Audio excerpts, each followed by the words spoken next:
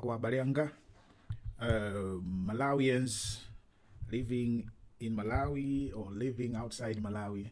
Mwadzuka bwanji lero lachinayi pa 18 December. Nkhani yomwe takhala tikukamba kuyambira dzulo makamaka kuchokera ku South Africa ku Johannesburg ndi nkhani ya DJ Waras amene waphedwa mu Johannesburg CBD. Ndiye mwamva nkhani zambirimbiri, anthu akukamba zinthu zambirimbiri. Ndi chinthu china chimene mwamva ndichokhuzana ndi ma buildings kumene waphedwa iyeyi, ma buildings ambiri amene ali mu Johannesburg CBD amene akutchedwa kuti hijacked buildings. Yes, hijacked buildings.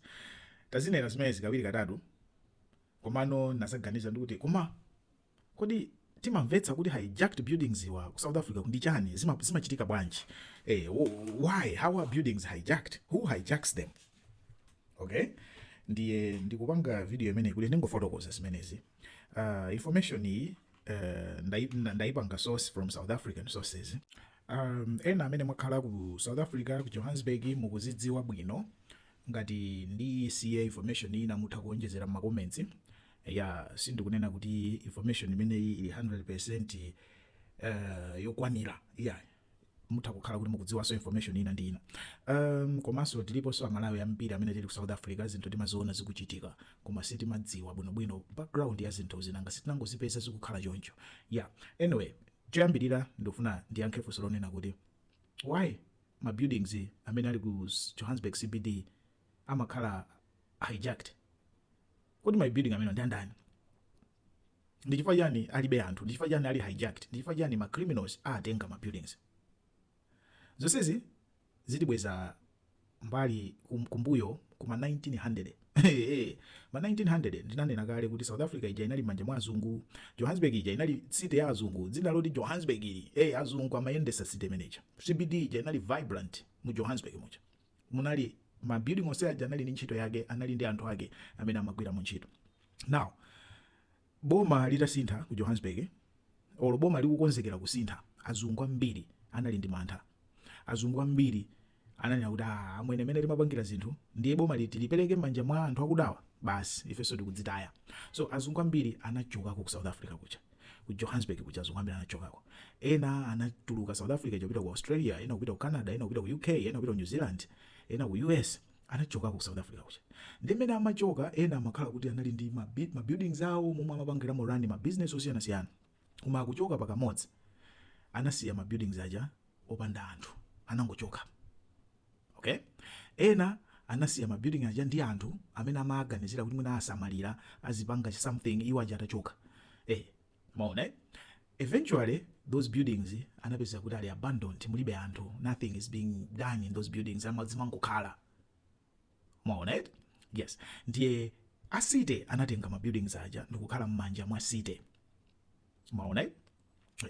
Now, kumayambiriro kunali ma foreigners, makamaka ma Nigerians. Ma Nigerians ndi amene anaona kuti ma buildings ndi amene ali oyambirira ambiri ochuluka amene amatenga ma building aja, ma Nigerians. Ndi ma building ndi amapangamo ma illegal businesses, amatha kupangamo za uhule, kunde kuti apeza atsikana amene muchazipamuka anthu azipita amene mucha ngati ma brothel zimachitika. Ena ma buildings aja ma drug chanchani ma business tosiyana-siyana tadete. Okay? Anthu aja amapanga. Koma panalibe mwini wake weniweni wonena kuti tizimpasa rent. Pamene ma criminals anabwerera bono sopano. Ndiye kumabwera ma criminals amene amalandira rent ija by cash. Maona? Nobody amene analipo mapanga supervise kuti izi ma buildings wa ndalama zikupita. So those buildings anali manja mwa anthu. Now, kuli involvement ya anthu amanena ya andale. Andale so analowerera bwanji. Ma buildings amene anali manja mwa city, asite aja anayamba kumapasana ukauka. Chipani cha ANC chija ndi anthu ake nangasatenga dziko licha akupanga rani ma cities aja anayamba kumapasana ma buildings aja ndi anthu amatha kupanga register ma NGO mupange apply. Iniyo mupanga apply Nesta the Black Teacher Foundation. Nesta the Black Teacher Foundation we are charitable NGO chanchani mukapanga apply asite aja ndi amakupasani building yoti mukaike ma office anu. Ife titenga building ija malo mumapanga za foundation za charities ija basi tikupeza rent. Ndi building mja matha kupeza ma apartments okhala ndi anthu follow ife tinayamba no kumapezera mu anthu azikhala mu anthu 10 20 kumalandira cash dollar ija nkumabwera. So this became an industry zinakula kwambiri mwapese. Now zinalowa no ucriminal chifukwa chonena kuti atayamba kwachosa ma foreigners ma Nigerians aja ma South Africans anazazindikira kuti kodi ma foreigners amapanga kuli ma buildings uko ndi kunalowa ma South Africans ambiri. Okay, and these people ndalama anthu amene ambiri amene amakalipira rent kumakhala amene amakhala ma foreigners, ma undocumented, amalawi timakhala amene muja, ama Mozambicans timakhala amene muja. Ndipo ife singakwanisa kupanga rent nyumba za ma location tibe mapepala. So we would prefer kukhala amene muja tikusakasaka maganyo tizigwirira ntchito pafupi tizigona umo, so timakhala amene muja. Now nkhani ya security ku South Africa chifukwa cha criminality izizi zophanaphanazi, private security ndi industry yaikulu kwambiri.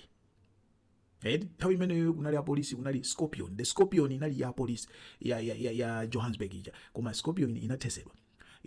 I don't know kuti inathesedwa kaya inasunthidwa kaya inachitika ndi chani, ndiye kunabwerano ma private security companies ambirimbiri. Ineyo kuti ndifuna ndikhazikise business ndiziyenda mu Johannesburg mu CBD sindingamangoyenda ndekhandekha, ndikuifunika security. Ndi anthu amene atengaso apanga hijack ma buildings aja samapita iwo daily kumakatenga kuti mulumu muno mukhala anthu angati aliyese ndipase ndalama mwezi ndi mwezi. Amatuma anthu kuti akatenge akatolere ndalama zija asapase. Okay, building ija aine amene akupanga control building yasamabwera kumene kuja, so amatuma anthu and munthu kuti abwera zadolere ndalama zingobwera munthu oti simukumuziwa simumpasa, ndi kumabwera anthu oti amabwera ndi mifuti magangs atolere ndalama zija. Maona now pakatipa kwayamba kuchitika kampeni yonena kuti anthu afuna atenge ma buildings awo. Ena ndi azungu omwe anathawa aja, they come back, they want to reclaim their buildings, koma amapeza kuti ma building muja muli anthu achotsa bwanji, ndiye anayamba kupanga haya ma security companies kuti athandize.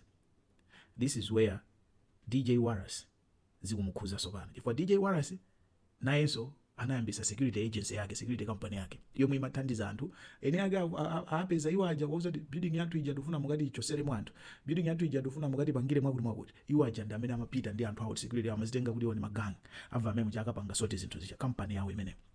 Ndiye kuti ma security companies ambirimbiri. Maona now chifukwa kuti ma security companies ambirimbiri there is competition. Nanga si wewe ino yanu ikukula ndi imene ikuchuka ikutengedwa chanja, ndiye kumakhala competition, ndiye kumutha kukhala ma rivals za security odana nanu, kutha kukhala anthu okhala ma buildings aja si ma foreigners oya, ma foreigners ndi ma tenants oti iwo amangopereka rent kumakhala, kupereka rent kumakhala, amene amalandira rent uja ndi amene mufuna mumudulire mpamba wake, amene yonso ndi threat. Okay, now chifukwa chani anthu amangophana osamaopa kuphana like that openly ku South Africa? Corruption kwambiri.